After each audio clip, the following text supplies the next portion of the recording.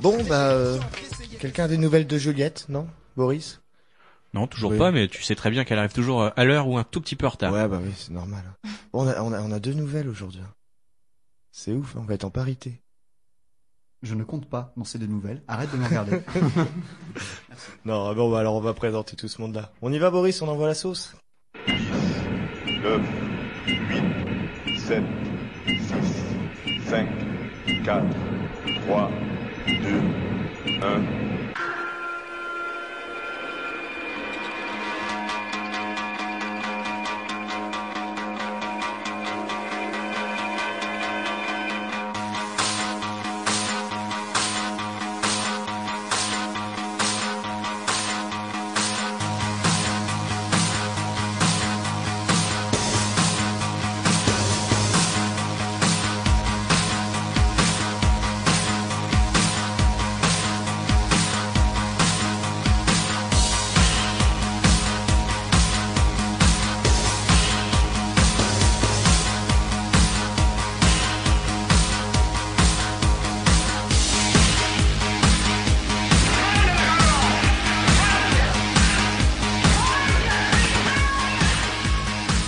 Bonjour, bienvenue dans Radiocratie. On est le lundi 22 mai 2017, il est 18h et on est en direct depuis le studio. Vous écoutez l'émission numéro 78 de Radiocratie, comme tous les lundis de 18 à 19h sur Radio Primitive, fréquence 92.4 à Reims et via radioprimitive.fr partout ailleurs. Radiocratie, c'est une semaine sur deux des débats, discussions, chroniques, etc.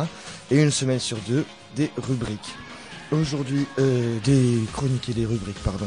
Donc aujourd'hui, on va parler des dérives de l'industrie musicale, mais aussi du féminisme. Il y aura le retour de notre blind test en fin d'émission. Je prendrai pour une fois notre habituelle chronique. Aujourd'hui, j'en ai marre 2. Juliette répondra à l'interview impossible, à l'interview si j'étais présidente. Et cette même Juliette nous balancera son désormais célébrissime abécédaire.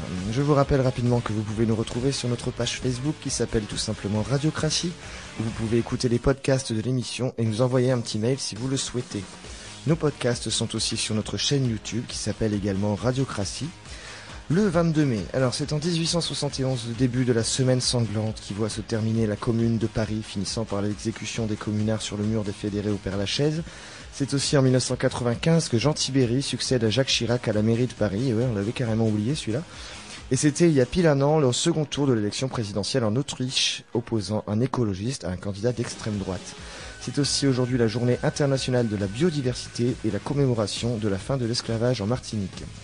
Au rayon des naissances du 22 mai, il y a eu celle en 1808 du poète Gérard de Nerval, du compositeur Richard Wagner en 1813.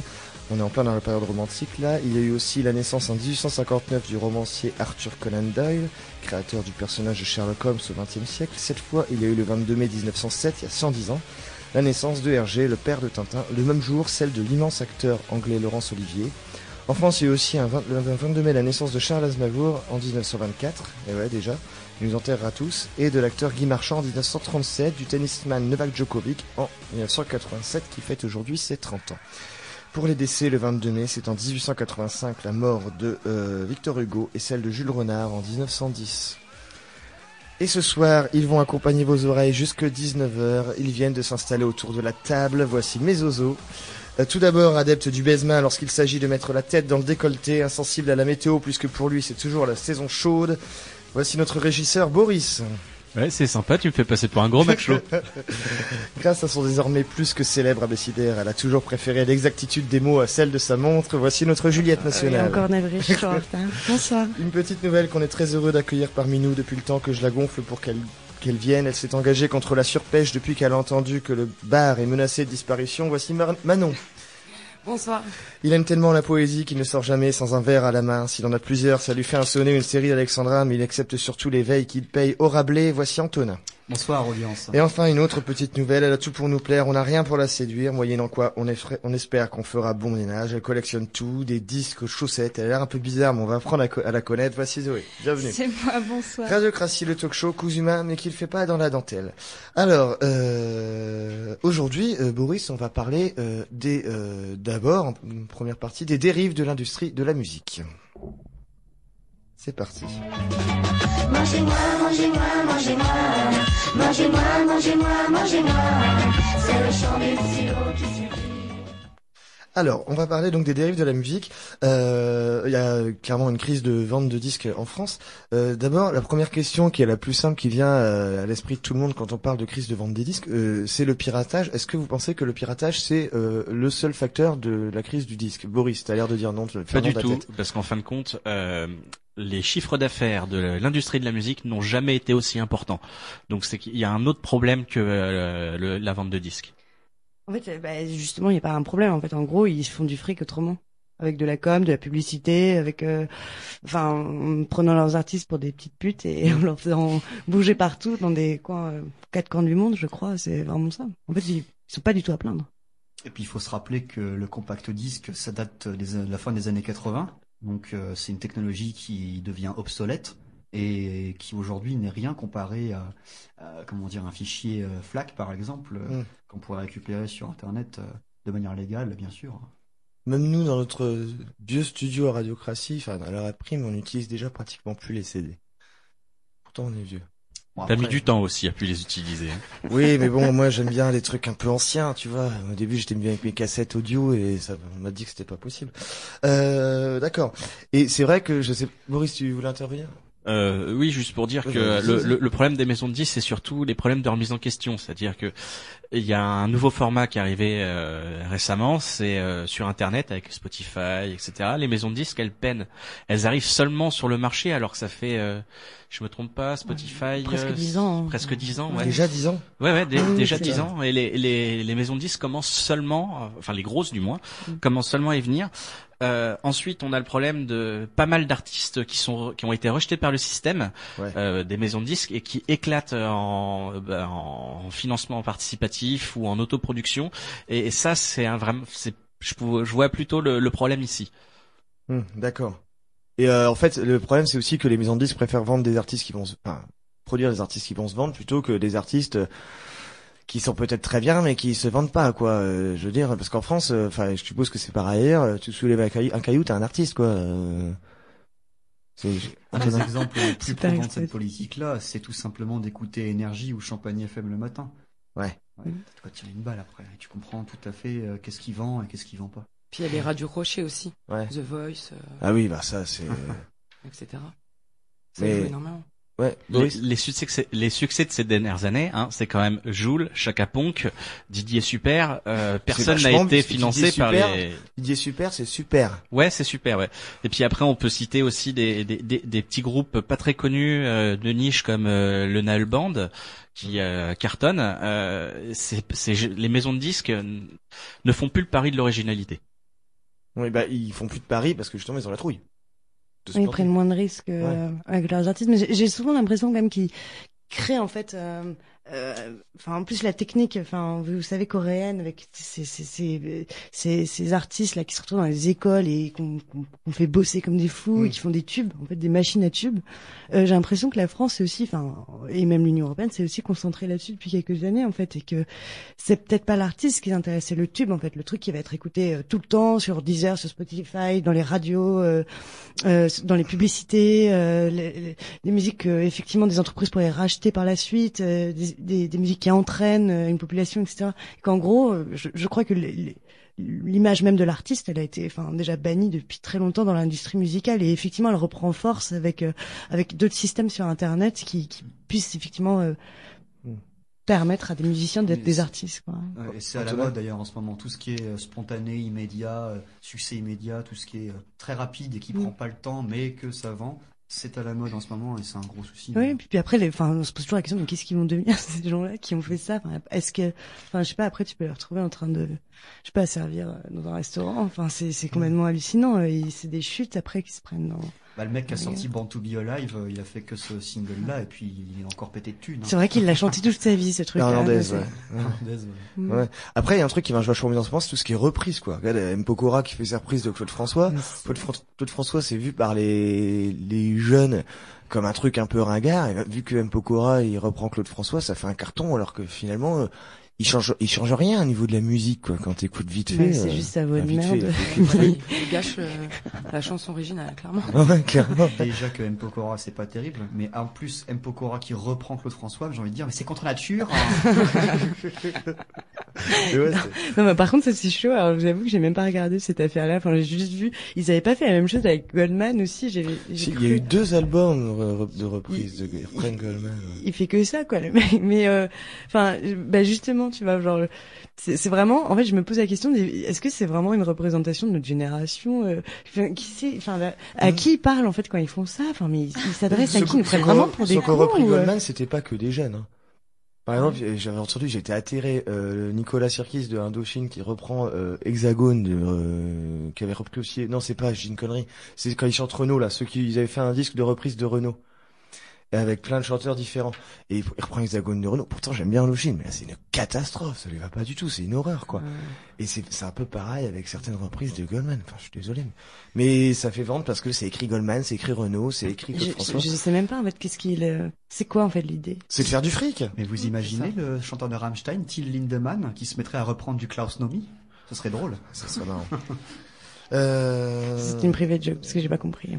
Mais Rammstein, ça va, je connais, mais l'autre, c'est qui? Je connais pas non plus. C'est un artiste pionnier de la musique électronique en Allemagne qui était homosexuel et qui a été... Ah, qui avait des costumes très étranges. Exactement, Oui, avec ça y est, je vois, oui. comment dire, un noir à lèvres impressionnant, tout ça, qui a été stigmatisé et qui est mort apparemment du sida. Ah, d'accord. Je vois pas du tout. Si. Est-ce que, ce que je veux Du coup, c'était une très belle référence. Voilà. Merci Antoine. Est-ce que vous pensez que les grandes maisons, les majors, EMI, Universal et tout, est-ce que enfin c'est même pas est-ce que c'est oui, elles écrasent les petites maisons, les petits labels. Pourquoi? Enfin, je veux dire. Vas-y, Juliette. Bah, en fait, du coup, oui, je vois, enfin, j'ai compris ta question parce qu'en fait, elle est sous mes yeux. Mais oui, alors du coup, j'y réponds très rapidement. En fait, en gros, c'est parce que des fois, je me pose juste la question, c'est les gens, en fait, ils sont assez cultivés et savent reconnaître, en fait. Enfin, je dis pas que le goût, on va pas commencer à débattre là-dessus, mais en gros, qui savent faire la différence entre, je sais pas, un mec comme Sissoko, comme le label No Format d'ailleurs, enfin qui et Universal, c'est-à-dire entre des musiques de qualité ou en tout cas des gens essayent vraiment de composer, de découvrir des nouvelles mélodies, des nouveaux sons et peut-être nous raconter plein d'histoires qu'on connaissait pas encore et ce genre de boîte où effectivement en fait ils font encore une fois des machines à tubes. Donc en fait elles peuvent même pas les écraser parce qu'ils font même pas du tout le même boulot en fait. C'est juste que les gens ne restent que dans cette direction-là parce qu'effectivement c'est que ce qu'on leur propose, c'est terrible. Après, c'est toujours ce système-là dans tout ce qui est édition, l'édition de disques, mais c'est pareil dans l'édition de livres, c'est pareil toujours dans tout ce qui est édition, il y a toujours les gros qui écrasent les petits. Boris, tu voulais dire un truc? Je suis pas d'accord. Les gros écrasent les petits, peut-être, mais c'est en termes de droit. Ils essayent d'écraser les petits légalement, mais en termes de vente et de production, c'est les petits qui écrasent les gros. Une étude de l'Adami, alors c'est une société qui gère les droits d'auteur, qui ont interrogé pas mal d'artistes de la sphère française et ils se sont rendus compte que 45% des artistes du marché ont réalisé un enregistrement en autoproduction durant les 3 dernières années. Donc en fait, les gens se barrent des maisons de disques. Je pense à quelques noms, Manu Chao, Stupéflip, Radiohead, Nine Inch Nails ou encore Lofofora en France. Oui, mais ça c'est des gens très connus, mais c'est des exceptions parce que 45% des artistes, il y a beaucoup moins de 45% des artistes qui sont connus du grand public. Alors oui, non mais c'est pas des artistes connus que je cite, c'est des gros artistes qui se sont barrés des maisons de disques. Oui, ça d'accord. Mais ces artistes, au lieu de rester tout seuls dans leur coin et de profiter de leur notoriété, ils produisent des petits artistes qui sont pas connus et qui ont de la qualité musicale. Et là, ça fait de la grosse concurrence aux maisons de disques. Et je crois que le dernier album de Radiohead, ils l'ont mis en libre téléchargement. Oui. C'était ça. Il y a aussi ce rapport aussi, effectivement, beaucoup d'artistes commencent à s'autoproduire en fait assez facilement. En fait, on s'intéresse plus trop aux maisons de disques, mais plutôt à comment communiquer notre musique et plutôt s'intéresser aux lieux où on peut la diffuser, aux lieux où on peut jouer. C'est vrai que en fait peut-être que c'est la fin de la maison de disques et c'est marrant parce que dans le milieu de l'art contemporain c'est exactement les mêmes questions qui sont mises en place. Okay, quoi, faut que je me taise? Non, vas-y. Quoi, faut que je me taise? J'aime bien. Il y a un mouvement qui s'appelle Artists One Space et c'est en gros c'est des artistes qui créent leur propre lieu de diffusion et ils présentent leur travail à eux et ils passent plus par le biais d'une galerie ou d'un marchand d'art en fait et les grands artistes ont commencé déjà à intervenir sur ce genre de lieu et finalement à se libérer en fait de leur code et de leur com à la con et de dire bon peut-être tout seul on va peut-être mieux y arriver dans tous les cas parce que... Alors, pour conclure, selon les études toujours, on remarque que les petits artistes en autoproduction, ils fonctionnent et ils résistent sans aucun pouvoir marketing. C'est que du bouche à oreille. Donc il n'y a pas besoin de matraquer une pub toutes les 10 minutes à la télé pour vivre. Après, il résiste, va voir. Enfin, en gros, je pense que j'ai discuté avec les artistes actuellement, enfin tous les artistes, en gros il y a que 1% qui a le droit de manger du caviar à Noël par an, quoi. Sinon le reste ils bouffent. C'est vrai que quand Johnny sort un album et qu'il fait tous les plateaux télé, il vend plus que celui qui en fait aucun, quoi. En gros ils vivent, enfin beaucoup d'artistes vivent encore, enfin sous le seuil de pauvreté en fait, et vivent avec ça parce qu'ils dans leur lubie, dans leur philosophie aussi, peut-être que ça leur permet, mais ils sont obligés effectivement de faire d'énormes sacrifices dans leur vie. Beaucoup font autre chose aussi à côté. Et où ils font d'autres choses à côté. Pour conclure, je voudrais aussi dire que par exemple à la prime, on s'évertue à essayer de passer des artistes pas connus pour pas seulement nous dans Radiocratie, toutes les émissions le font, pour justement les faire sortir, les faire connaître. Et c'est vrai que malheureusement 90% de ce qu'on paye à la SACEM, ça va à Johnny, à Sardou, à Goldman, à des gens qui n'en ont pas forcément besoin. Donc Antonin, pour conclure, après dernier élément, il y a aussi un problème, c'est que jusqu'à présent, pour survivre en tant que musicien, faut faire la concurrence à un autre groupe ou à un autre musicien, et c'est ce qui freine un peu des modes d'organisation qui seraient très profitables à nombreux groupes qui veulent se lancer, parce que pour s'autoproduire, faut un max de pognon, un max de thunes, parce que même pour t'enregistrer tout ça, faut passer par des techniques qui sont maîtrisées que par des ingénieurs du son. Bien sûr.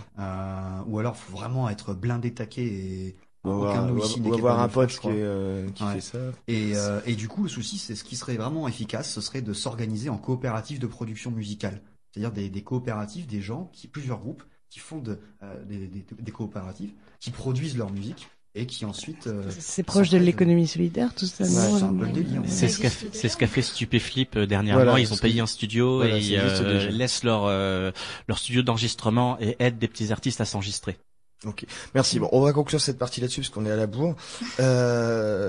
Alors, vous savez que tous les 15 jours, il y a une chronique qui s'appelle Aujourd'hui, j'en ai marre 2. Ça tourne, c'est jamais la même personne qui s'en occupe. Et cette fois, c'est moi qui vais... Ça m'énerve.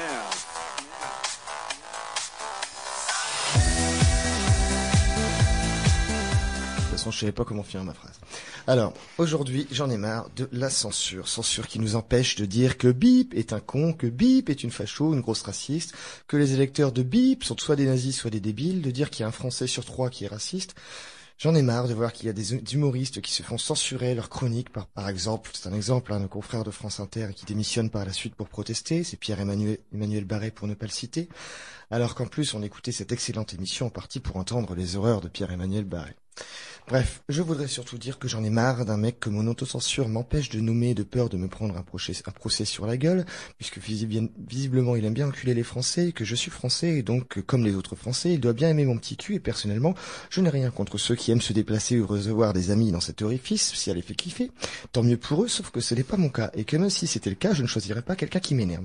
C'est un mec qui ne s'appelle pas Manu, qui a peut-être été Premier ministre pendant 4 ans lors d'un quinquennat précédent pas tellement très lointain, bref. Alors déjà, le gars, il voulait rassembler, c'est-à-dire qu'il s'est positionné dans sa partie plutôt que placé à gauche, mais avec des idées et des actions plutôt à droite, histoire de rassembler. C'est vrai qu'aujourd'hui, dans l'inconscient collectif, un politique de gauche, c'est quand même un mec qui traite correctement ses domestiques. À ma connaissance, ses domestiques ne se sont pas plaints. Ensuite, le gars, il fait encore plus que des appels du pied à un autre Manu, devenu président la semaine dernière, qu'il a juste rembarré 2 fois en lui disant quand même très explicitement qu'il voulait pas de sa gueule chez lui. Donc notre Manu, le premier dont je parlais, celui qui m'énerve, pas le président. Donc le président, il m'énerve aussi, mais c'est un autre débat. Notre Manu, il est désormais castré, il a perdu ses couilles. Alors je m'adresse à tous les Parisiens qui nous écoutent, si vous retrouvez une toute petite mais vraiment minuscule paire de couilles sur le trottoir, allez rue des Morillons la déposer aux objets trouvés en précisant qu'il s'agit sûrement des couilles de Manu. Après, cette annonce s'adresse surtout aux collectionneurs de timbres très âgés et malvoyants qui pratiquent la philatélie à même le trottoir munis d'une pince à épiler et d'une loupe, parce que pour les voir, il faut une loupe et pour les attraper, il faut une pince à épiler parce que c'est tellement petit que ça ripe entre les doigts. D'aucuns diront que je dis souvent des conneries en politique, peut-être, mais la différence avec Manu, c'est que j'ai mes raisons. Bah ouais, j'y connais rien. Et puis si jamais il écoute l'émission, de toute façon, il a plus que ça à foutre, peut-être qu'il va me prendre pour un rigolo, mais je lui ferai remarquer que c'est pas moi qui ai commencé. Bref, Manu, il est quand même censé connaître les ficelles du métier, le prix des impôts sur un compte aux îles Caïmans, le prix des achats d'un vote. Non, j'ai rien dit. Bref, le tarif que coûte un mec payé à rédiger un article de loi qui va faire passer grâce au 49.3, le tarif que coûte un mec payé à rédiger un discours de campagne dans lequel il dit que s'il est élu, il abrogera le 49.3. Bon, c'est vrai que moi je suis un peu le contraire de la mère à Manu, pas celle des inconnus qui ressemblait à Schwarzenegger avec des boucles d'oreilles, hein, non. Celle du Manu qui m'énerve. Je suis le contraire de sa mère parce que moi les nausées, je les ai eues quand il était Premier ministre. Franchement, je me trouve injuste. Manu, il n'a pas fait que des conneries. Il en a dit aussi. Par exemple, cette tonitruante déclaration dans laquelle il a balancé que la Réunion était une île de l'océan Pacifique. Bon, c'est vrai, tout le monde peut se tromper, mais bon, il s'est aussi excusé après avoir utilisé l'avion gouvernemental pour emmener ses gamins voir la finale de la Ligue des Champions de foot à Berlin en disant que si c'était à refaire, il ne le referait pas. Enfin, trop tard, c'est fait. Et il a dit aussi qu'il a remboursé les 2500 balles qu'ont coûté le voyage pour ses enfants. Il l'a peut-être fait, mais pas pour lui. Donc le gars, il est allé lui-même en touriste, voir un match de foot tranquille. Bon, bref, c'était une belle connerie. Et il croit quoi? Il utilise des milliers d'euros issus des impôts des Français et il croit qu'ils vont encore voter pour lui. Remarque, Marine a bien fait 33% au second tour de la présidentielle alors qu'en janvier 2012, elle s'est rendue à un bal à Vienne entourée de personnes qui venaient de faire une descente au flambeau en mémoire des victimes nazies pendant la Deuxième Guerre mondiale. Tout est possible. Les Français n'ont pas forcément de mémoire.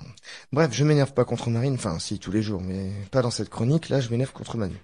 Bon, donc, pour terminer avec son opération séduction pour l'autre Manu, lui, il a quand même perdu ses couilles. Lui, il veut bien être candidat à tout. Si demain il y a Miss France, je suis sûr qu'il se présente. Bon, d'accord, il paraît que l'opération sans anesthésie lui a fait un mal de chien et qu'il en pleure encore. Mais sinon, qui pourrait retrouver cette paire de couilles? Toujours personne? Allez, on passe à la suite. Moi, si j'étais un homme, je serais capitaine d'un bateau vert et blanc. Alors, on va parler du féminisme. Alors, on va diviser ça en deux parties. La première, qu'est-ce que le féministe? Alors, déjà, certains pensent que le féminisme est l'équivalent du machisme au féminin. Qu'est-ce que vous en pensez? Est-ce que c'est vrai? J'ai entendu ça encore il y a pas longtemps dans je sais plus quelle émission de télé. Alors, l'équivalent du machisme, c'est un mot, ça s'appelle la misandrie. Ça s'appelle la misandrie, c'est que ça s'appelle pas le féminisme. Voilà. Donc c'est que c'est pas la même chose. Beaucoup de gens confondent. Alors le but du féminisme, c'est pas de donner le pouvoir aux femmes, c'est de redéfinir la place des sexes dans la société. Donc mettre à bas la société de patriarcat qui met en avant les hommes et rabaisse les femmes. D'accord. Mais c'est pas de faire l'inverse non plus. Bien sûr. Les autres, Juliette, Antonin, non. Je propose que ce soit paritaire alterné cette fois-ci, quand même, vu le sujet. Eh ben allez, vu qu'on est 3 garçons, 3 filles. Allez, une fille. Moi, je suis complètement d'accord. C'est pour avoir une certaine égalité des sexes dans la société. Par exemple, le salaire, ça on en parle beaucoup. Ouais. Puis 25%, je crois encore. Bah oui. Et puis même à côté de ça, je sais aussi il y a quand même une évolution, ne serait-ce que dans l'éducation. Moi, je prépare le CAPES pour être prof d'SVT. Et petit à petit, dans les programmes, déjà au collège, on commence à en discuter des métiers hommes-femmes, de les comparer et d'enlever tous les stéréotypes concernant garagiste c'est juste pour les hommes, etc. Donc je sais qu'à côté de ça, je trouve que ça évolue. C'est décidé par le gouvernement pour le coup. Donc c'est pas mal. Ouais, Antonin? Ouais, moi ce que je me permettrais de dire, c'est que je vois la cause féministe comme étant une constituante d'une lutte globale de tous les travailleurs contre toutes les formes d'oppression, en réalité. Et commence pas tout de même. Non, le communiste qui s'est mis à parler. Non, je pense vraiment que on est d'accord, mais voilà. C'est une forme de lutte contre toutes les oppressions. Et moi, j'ai parlé de ce qui me concerne directement. Je me permettrai pas de parler de ce qui ne me concerne pas directement. Moi, ce que je me rends compte aussi, c'est que la lutte féministe, elle est également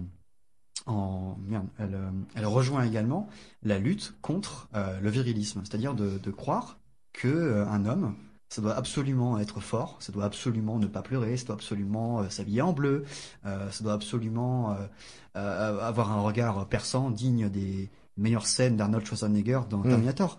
Et alors que en réalité, un être humain, ça ne se formate pas comme on voudrait qu'il est, comme ça ne se formate pas.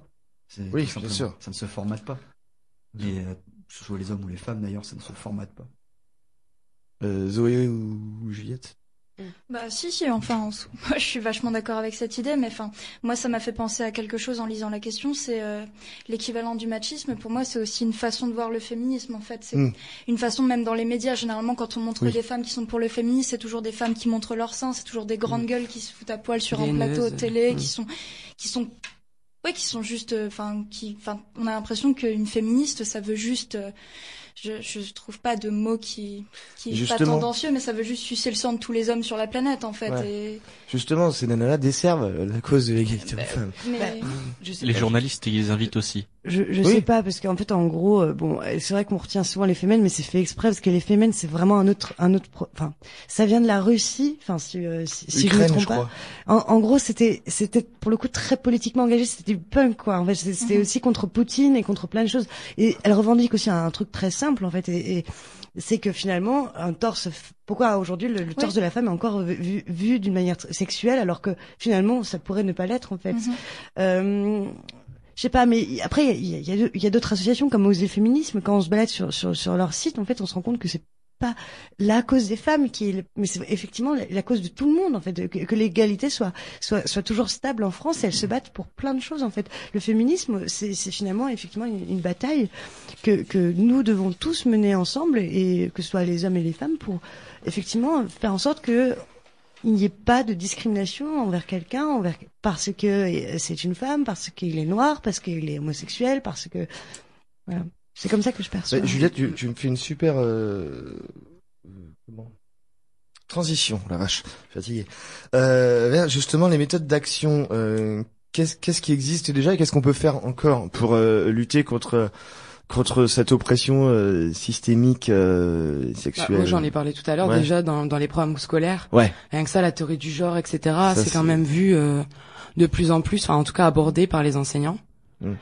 Aussi, en fait, on est toujours face à des gens qui veulent toujours régresser, en fait. Enfin, aussi, il faut toujours mener le combat, parce qu'en fait, si tu lâches, et il y aura des gros enculés qui reprendront le terrain, tu vois. Genre, faut toujours être sur le vif et jamais les laisser, enlever quelque chose. Je me rappelle des manifestations, Oser Féminisme, ça datait de ça, c'est quand Nicolas Sarkozy voulait enlever des sous au planning familial.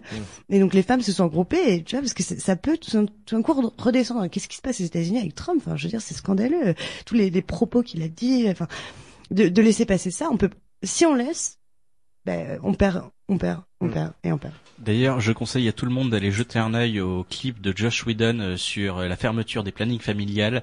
Vous allez être sûrement très émus.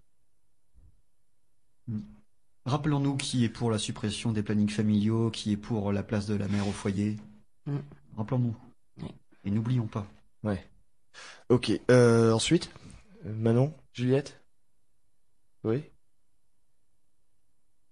Après, moi, je veux pas qu'on tombe non plus à l'inverse, dans le sens où l'homme et la femme sont quand même deux êtres différents. Là, je vais revenir au niveau de la biologie, mais physiologiquement, morphologiquement, tout ça. Faut aussi ne pas oublier que on reste deux sexes différents, donc ça sous-entend forcément des différences.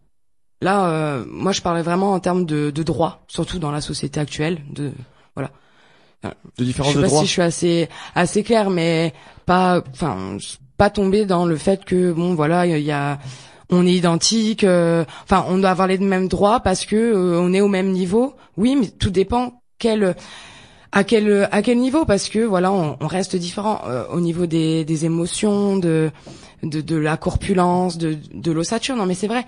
Il y a quand même des métiers, quelque part, faut pas tomber dans l'extrême. Je sais pas si je suis assez claire, mais non, j'ai pas compris. Pour nuancer, en fait, juste nuancer, de pas dire oui, l'homme, la femme, tous les métiers sont disponibles pour la femme. Je pense qu'il y a des limites aussi en fonction de la physiologie.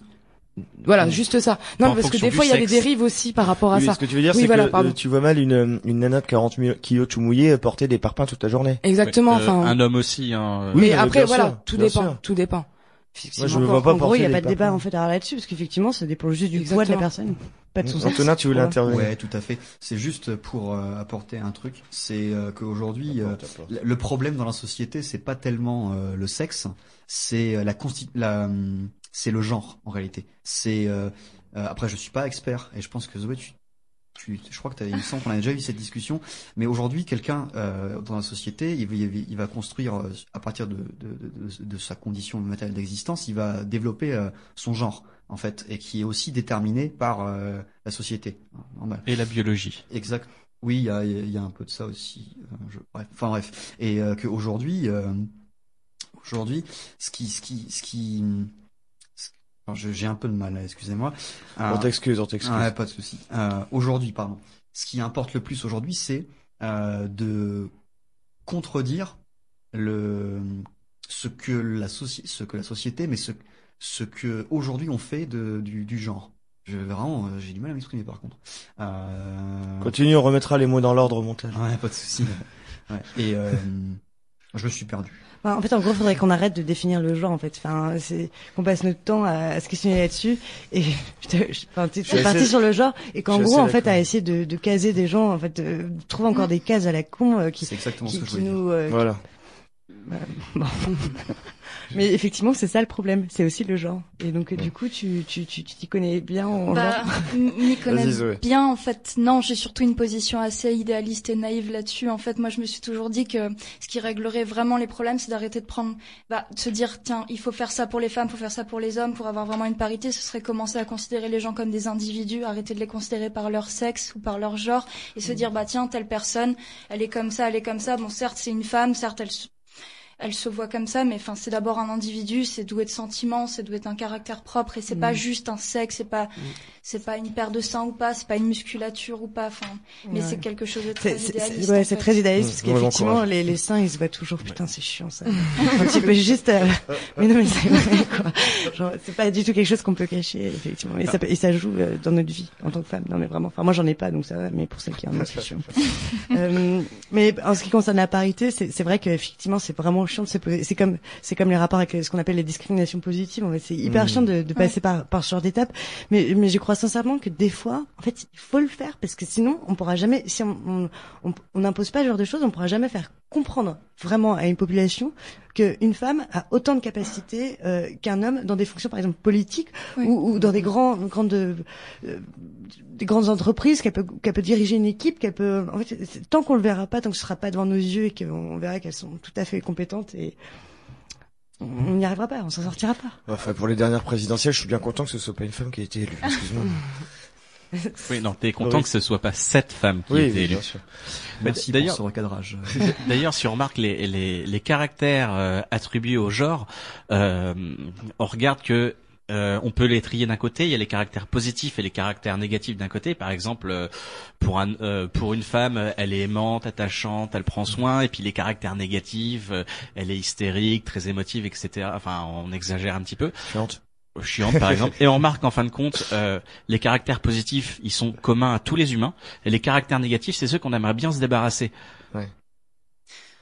Oui, vas-y, Zoé. Le problème de ce que tu viens d'aborder aussi, c'est qu'au final, ça a été prouvé qu'en fait, en donnant ce genre de caractéristiques à des groupes donnés, en fait, ils se conforment à leurs caractéristiques. Et par exemple, à force de dire que les femmes, c'est mauvais en orientation, et les femmes se conforment justement à ces caractéristiques. Et des études ont prouvé que justement, elles se dévaluent, elles deviennent moins bonnes en orientation à ce moment donné. Alors que si on dit pas à une femme, tiens, forcément tu vas te paumer, de toute façon t'es une nana, elle est autant capable qu'un homme de trouver la route. C'est très intéressant. C'est une forme de conditionnement en fait. C'est ça. Et ça montre à quel point du coup la bataille elle a dû être très dure. Pour en arriver là. C'est très pavlovien ce que tu dis, mais c'est vrai, c'est vrai. Et ben on peut peut-être. Oui, Antonin. Ouais. Moi il y a un truc que j'aimerais qu'on fasse tous très attention, mais vraiment tous. C'est le genre. Alors je prends un exemple qui peut être mauvais pour certains, mais un exemple qui me tient à cœur. Aujourd'hui, c'est très très grave de dire à quelqu'un sois un homme, porte tes couilles. Ce genre de choses, c'est très très grave. Tout comme dire à une femme, la fameuse réplique sois belle et tais-toi. C'est pas un truc qu'on dit tous les jours. Enfin, aujourd'hui, quelqu'un qui dit ça, j'ai envie de lui mettre mon pain dans la gueule. Plutôt, elle me dit, essaye de prendre un peu soin de toi quand même. Exactement. Ouais. C'est plutôt ça qu'on se prend dans la gueule. C'est ça, un mec, quoi. Et j'invite toutes les personnes, et vraiment, j'invite tous les gens qui disent ce genre de choses ou qui ont envie de le dire, de bien fermer leur gueule. Et quitte à fermer sa gueule, autant lire Deuxième sexe de Simone de Beauvoir. Dans ceux qui ont rien à dire, les plus agréables sont ceux qui se taisent. Allez, on passe à la suite.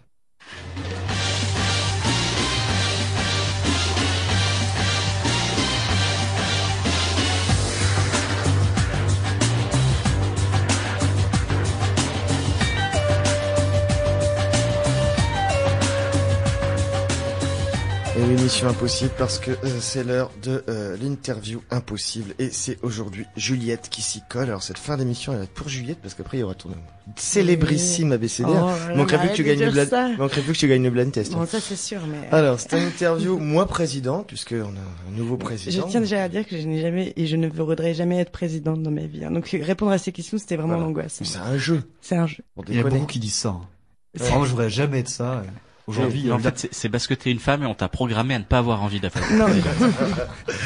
Alors. Mais t'as envie d'être, qui a envie d'être président, quoi. C'est horrible comme métier, c'est terrible. Enfin, comme c'est pas un métier, c'est une fonction. Oui, bah, c'est terrible, c'est la pire fonction qui, oui, Alors, Juliette, est-ce que toi, présidente, tu dirais moi, présidente? Alors, sans penser à l'histoire, oui, parce que c'est moi et c'est pas toi. Donc oui, c'est moi la présidente. Est-ce que toi, présidente, tu habiterais à l'Élysée? Alors là, je sais pas, parce qu'il paraît que c'est pas terrible de faire ça. Enfin, ce serait bien qu'on enlève un peu l'Élysée et qu'on enlève ce truc-là. Mais entre mon 2 pièces vues sur une pelouse qui est ni verte ni bleue, mais j'arrive toujours pas à comprendre de quelle couleur elle est, et un majestueux palais dans lequel les lits et les draps sont en soie et il paraît que la bouffe c'est pas mal. Je pense que oui, j'habiterais à l'Élysée sans hésitation. Toi, présidente, c'est très terrible. Quelle serait ta première loi? En fait, je sais pas. En fait, j'ai entendu des mots que les présidents utilisent, les mots chantier, les trucs comme ça, les projets, etc. Donc, je pense pas que je peux vraiment parler de loi parce que je suis une présidente, donc je parle toujours dans le vague. Hein. Donc, je pense que je taperais dans du gros lourd un peu. J'essaierais un peu de faire attention là, ça rigole pas, c'est Juliette Pack qui est au pouvoir. Je sais pas, un truc sur les inégalités. Peut-être que peut-être que je m'intéresserais aux adoptions, un truc un peu. Je commencerais par un truc un peu, tu sais, qui ruine un peu le pays, qui divise les gens, tout le monde s'engueule. D'accord. Toi, présidente, quelle devise donnerais-tu à la France? Alors, j'avais écrit Retour vers le futur. Je me dis que c'est pas mal. Je trouve que c'est une bonne devise. Toi, présidente, il y aurait qui comme chanteur ou chanteuse à la Concorde le soir de ta victoire? Alors, par contre, je suis très fine, donc il sera pas un chanteur ou une chanteuse. Je pense que je ferai plaisir à mon peuple et je mettrai, parce que ce sera mon peuple, du coup, si je serai la présidente, je mettrai en scène un super opéra. Alors, je mettrai un opéra français, comme ça, on m'emmerdera pas trop, mais un super opéra sur une grande place à Paris, je sais pas encore laquelle. Et en gros, tout le monde pourra avoir un opéra, et puis il y aura plein d'écrans partout, et ça dure 3 heures, il y aura un entracte où je ferai peut-être un discours en disant qu'ils sont vachement plus doués que moi et qu'ils vont me paver pendant 5 ans et voilà. Toi, présidente, tu fêterais ta victoire où? Eh ben du coup devant cette magnifique opéra. Alors toi, présidente, est-ce que tu aurais un amant? C'est à la mode, pareil. Oui, bah alors, le truc c'est que je sais pas, je pense pas. Attention, ce que tu réponds, Ahmed, il écoute. Non, il écoute pas là. Bon, c'est rigolo un amant avec le stress, la vie que tu mènes quand t'es président, etc. Franchement, puis j'imagine que quand t'es présidente, enfin, il y a plein de beaux mecs qui viennent vers toi quand même, enfin, qui sont un peu intéressés. Tu vois. Alors, du coup, je sais pas, enfin, peut-être. On va retrouver scène de ménage ce soir chez Juliette. Toi, présidente, est-ce que tu aurais un labrador? Ah, ça, j'en aurais plein. Enfin, genre, si t'as un Élysée, que tu peux avoir des labradors qui sautent sur les canapés, Louis XVI. Qui ruinent tout. Oh là là, non, oui, plein de labradors. Et ce sera peut-être eux, mes amants. Enfin, Toi, présidente, est-ce que tu changerais les paroles de la Marseillaise? Oui. Alors, s'il y a bien un truc que je ferais, peut-être qui sera bien, c'est que j'enlèverais, en fait, je changerais même pas les paroles de la Marseillaise, c'est que j'enlèverais peut-être tout simplement Marseille, parce que peut-être qu'on sera dans le retour vers le futur, donc voir quelque chose qui est plus intéressant. Et effectivement, j'appellerais des artistes, des artistes assez connus. Je trouve que par exemple, la chanteuse Camille, tu vois, c'est quelqu'un, qu'on aime ou pas sa musique, mais c'est quelqu'un qui a un rapport avec les mots qui est assez intéressant et qui peut-être pourrait nous faire une très belle hymne national. Et est-ce que tu légaliserais le cannabis? Alors malheureusement non. D'accord. Désolé. C'est clair. Toi, présidente, quelle serait ta première mesure pour faire baisser le chômage?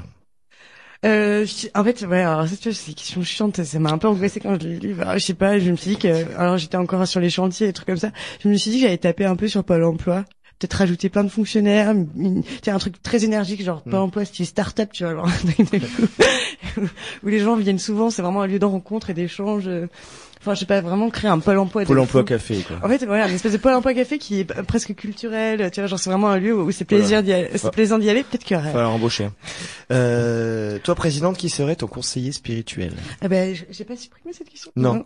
En fait, je sais pas. Bon, c'est tout. Suivante. Toi, présidente, est-ce que tu discuterais avec Vladimir Poutine? Mais oui, mais alors là, je ferais comme Macron. En fait, il faudrait qu'il vienne en France. J'irai jamais le voir en Russie. Il faudrait qu'il vienne discuter dans mon pays. D'accord.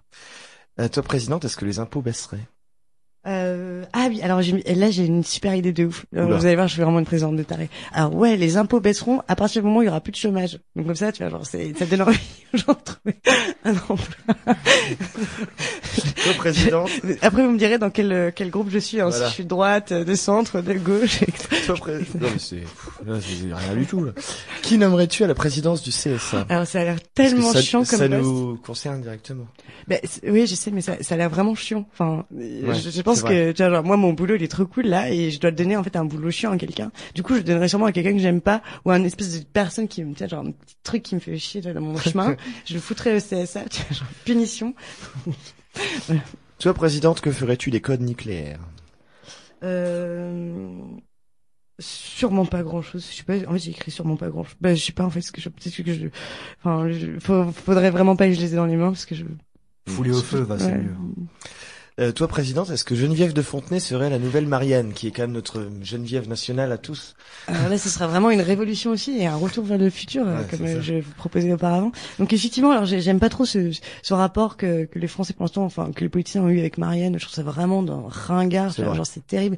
Et pour le coup, je pense que Marianne, en fait, se transformerait en, enfin bon, peut-être que c'est dû à mon rapport un peu avec la vie, mais j'appellerai toujours chaque année un artiste se permettra d'interpréter la Marianne. Donc ça pourra être cette fois-ci peut-être même plus. C'est la représentation de la liberté au final et aussi de la révolution. Donc en gros, il faudra faire une sculpture qui sera placée, je sais pas où, avec cet artiste qui a travaillé là-dessus. D'accord.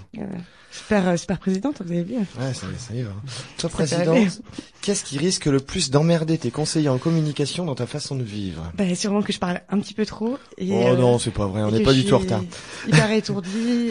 Aussi, j'adore boire la bière et après, quand je bois de bière, je commence à dire encore plus de bêtises. Donc, faudrait que Toi, présidente, est-ce que la France serait sauvée?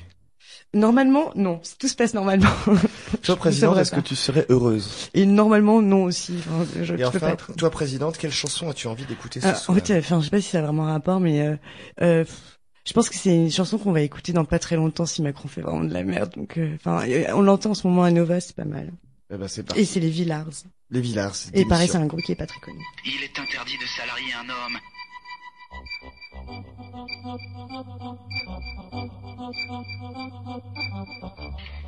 Démission à la moustache du capitaine.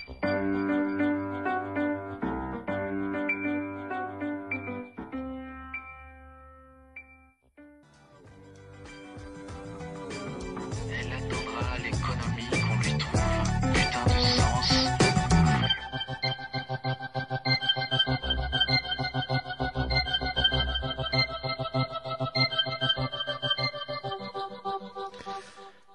Toujours dans Radiocratie sur Radio Primitive, on entame la 3e partie, toujours avec Boris en régie, avec Antonin, avec Zoé, avec Manon et avec Juliette, qui va nous faire le plaisir de son désormais célèbre abécédaire.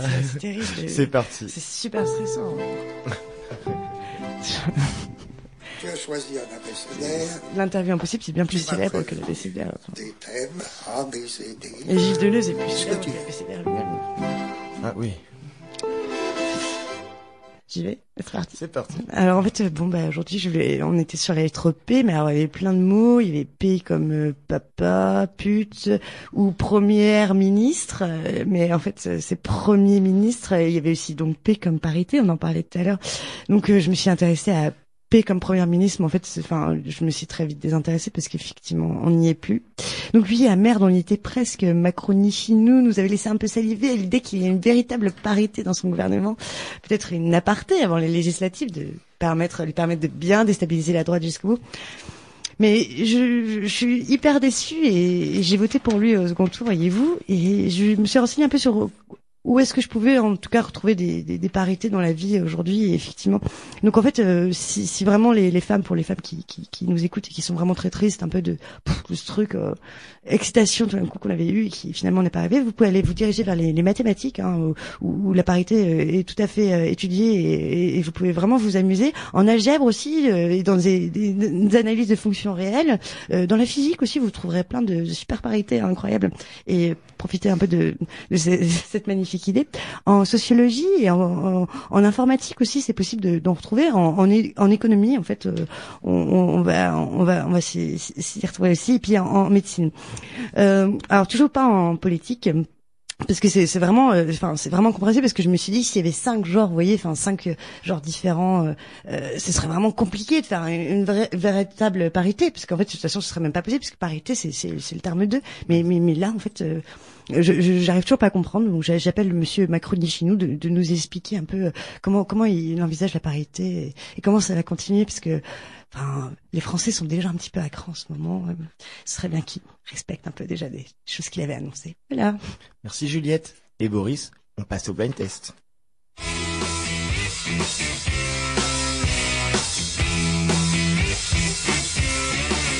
Voice rap.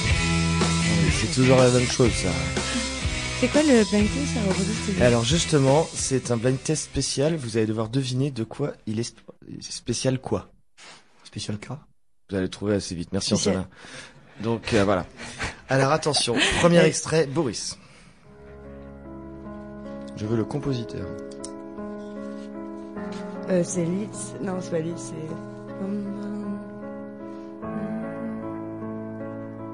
Il est pas connu en fait. Ah si, il est très connu. Si, mais c'est... Rachmaninov. Non, c'est pas Rachmaninov.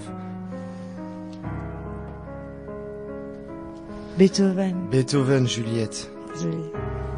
Bon les gars, faut y aller, hein, parce que franchement, c'est la sonate au clair de lune. Ensuite, attention, extrait suivant, Boris.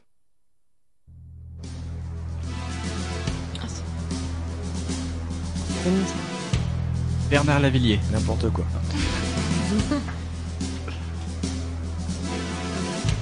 En même temps, réfléchissez, c'est un blind test spécial quoi.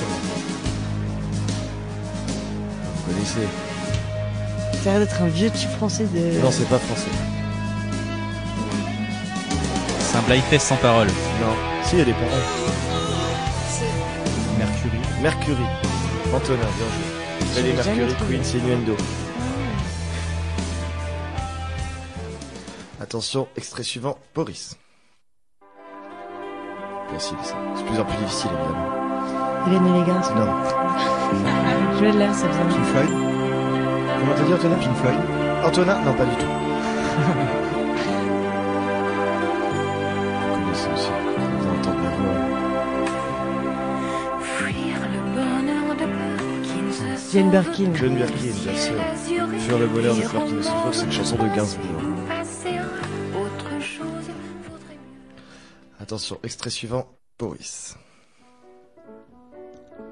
Nina Simone. Bah oui, Nina Simone, bien sûr. Sinnerman. Écoute un petit morceau quand même, la voix de Nina Simone. Je peux pas trouver un spécial quoi? Elle est quand même mieux dans I Put a Spell on You. Vous comprendrez pourquoi j'ai choisi cette musique-là quand vous aurez trouvé le thème. Spécial Angleterre. On va passer Beethoven.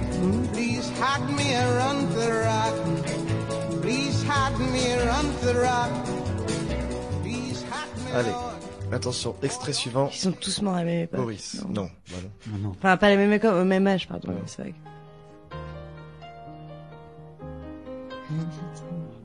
It's a little bit funny.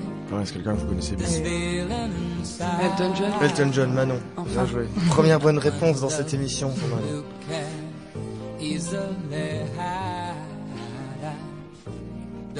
C'est Your Song, Elton John. Il y a Al Green qui l'a fait aussi, qui est pas mal. Enfin, sa version est vraiment sympa. Alors attention, extrait suivant, je vous rappelle que je veux l'interprète Boris. Charles, Juliette. C'est toi, Juliette. Désolé, je l'ai pas vu arriver celle-là. Encore gagner le blind test, quoi, à force. Toujours là. Non. Si c'est le truc de métal et le jeu vidéo, j'y arrive. Je sais pas, c'est pas ça, mais je peux trouver ce que c'est. Attention, extrait suivant, Boris. Piano. Muse. Alors, un point pour Juliette pour Muse, quoi piano? Ben, le thème, c'est spécial piano. Le thème, c'est spécial piano. Bien joué, Juliette. Spécial bon, piano. ouais, désolé. Attends, tu l'as piqué à Zoé sur le fil, là. Mais ce mec est un génie, quoi. Oh, attends. Exagère pas. Non, mais quoi. c'est un super pianiste. Franchement, quand tu regardes la partition, première année de piano, t'arrives à jouer, hein. Pas plus, j'ai de la c'est un en plus, super guitariste. C'est complètement de la reprise de musique minimale. Enfin, tu répètes en fait une... J'ai une putain de voix, quoi. Moi, je trouve qu'il respire beaucoup. Vous avez Ouais, c'est vrai qu'il respire beaucoup. C'est bizarre, en fait. Et c'est pas, enfin, au début, je me suis dit que c'était fait exprès, mais je trouve vraiment pas ça sensuel, en fait, du tout. Il est sponsorisé par Dyson. Donc, Muse, Mathieu Bellamy, bonne réponse encore de Juliette. Et le thème est donc un blind test spécial pianiste. Extrait suivant, Boris. De plus en plus difficile, évidemment.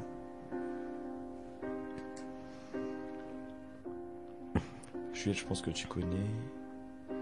Boris et Antonin, je sais pas. Zoé, je te connais pas assez. Manon, je pense que tu connais. Pourquoi les gens qui s'aiment sont-ils toujours un peu les mêmes? Très grand pianiste français. Michel Legrand? Non. Ouais, c'est pas bête, ça. Je l'ai pas mis, j'aurais pu le mettre, Michel Legrand. Michel Berger? Non. Grand pianiste français? Ah oui. Ce sont des gens Plutôt jazzy habituellement, pas là, mais c'est ça plus connu. Je dois vous le dire. C'était William Scheller. Ah, un homme heureux. Bah, Scheller con, je l'ai pas trouvé. Ah voilà, merci Antonin. Attention, je veux le compositeur Boris.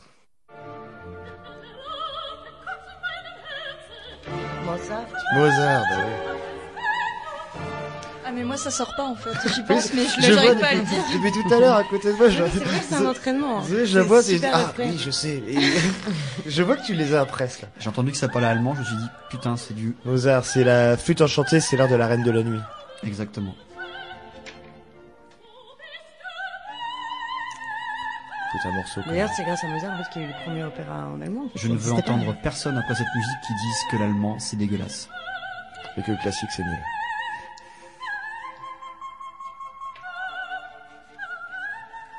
Ça va être quand même balèze de chanter ça.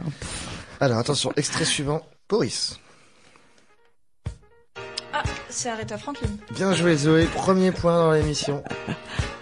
Voilà, Aretha Franklin, thank you.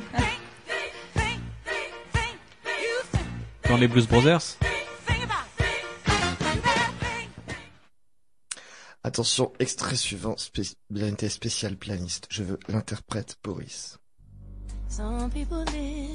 Alicia Keys. Alicia Keys, Juliette. Mais comment tu fais? Elle est rapide. Hein.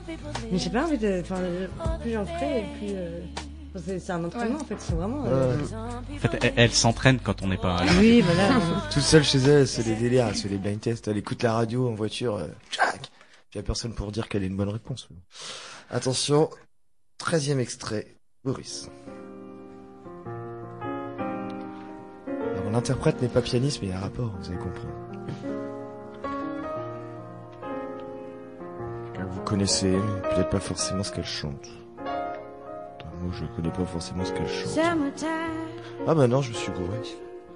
Oui, si, c'est ça.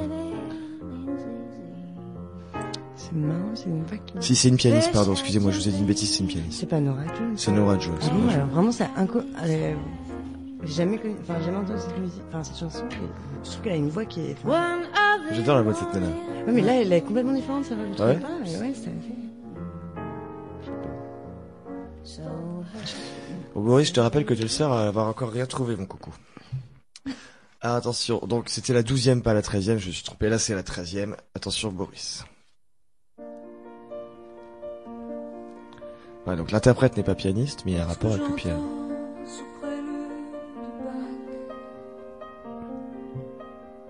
C'est une musique de pub, ça. Peut-être, je sais pas, je regarde pas la pub. C'est pour une banque, je crois. Ah ouais? Bah, la partie de piano est très très connue, ça vient du classique. Hein. Oui, c'est du Bach. C'est du Bach. C'est pas une meuf qui s'appelle Morane. C'est ça. Bien joué, Juliette. Pas Bob. Pardon? Pas Bob. Pas Bob. Pas Bob Moran. Ah. Non, mais j'ai mis le nom parce que c'était un peu difficile. Bah, et elle que... est pas connue, en fait. Enfin, personne l'écoute, quoi. Ouais, c'est ça, surtout. C'est quelqu'un qu'on connaît, mais qu'on n'écoute pas forcément. Et c'est surtout que il y a le prélude de Bach et elle parle de Glenn Gould qui était un pianiste spécialiste de Bach. Attention, avant-dernier extrait, Boris. Je veux l'interprète, le compositeur, c'est pareil. Sophie Eblas, non? Non, c'était la BO d'Intouchable. C'est pas Tiersen. Non, c'est pas Tiersen. Je sais pas qui. Tiersen aussi, Je sais pas du tout qui a fait ça, d'ailleurs. Je vais vous le dire. Si vous savez pas du tout, c'est Ludovico Einaudi. Mais elle est trop belle cette musique. Ouais. Et enfin, attention, dernier extrait avant les Grégor, Boris.